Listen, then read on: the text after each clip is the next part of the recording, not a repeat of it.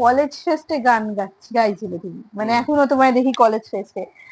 এখান থেকে তোমার কি একটু অন্যরকম কিছু প্ল্যান আছে? অ্যালবামও তোমার বেশ কয়েকটা রয়েছে, অন্যরকম মানে বেশ একটা নিজের ব্যান্ড, একটা নিজের ব্যান্ড আমি নাম করে। বহুবার করেছি, সে ব্যান্ড টেকে নি আর কি, যেরকম টেকে না।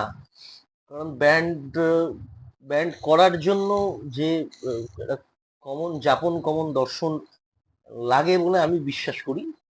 এবং আমি খুব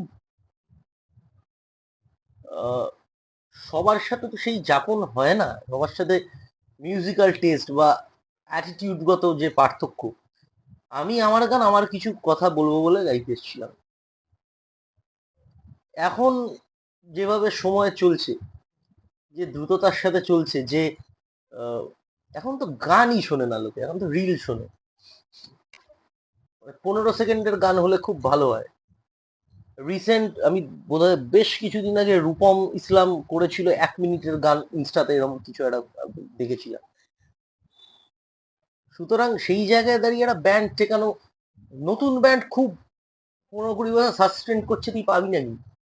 এখনো যে ব্যান্ড তুই দেখবি তারা পুরোনো ব্যান্ড, তাদেরও মেম্বার বদল হচ্ছে ইত্যাদি প্রভৃতি। এবার আমি যে ফরম্যাটে শো করি, আমি ব্যান্ড ফরম্যাটেই শো করি। আমার সাথে আমার কিছু মিউজিশিয়ান বাজায়, যে মিউজিশিয়ানরা বহুকাল, অনেকে আছেন যে বহু বছর, 6-7 বছর ধরে আমার সাথে বাজাচ্ছেন, অনেকে আছেন যারা নতুন জয়েন করেছেন। সুতরাং আর সেই কারণেই একটা ব্যান্ড নাম দিয়ে ব্যান্ড করাতে আমি বিশ্বাসী নই।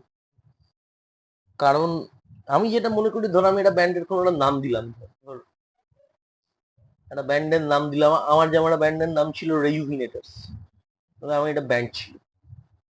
সে ব্যান্ডে একটা সময় পরে দেখা গেল যে শুধু বেসিস্ট ছাড়া আর কেউ নেই ব্যান্ডে।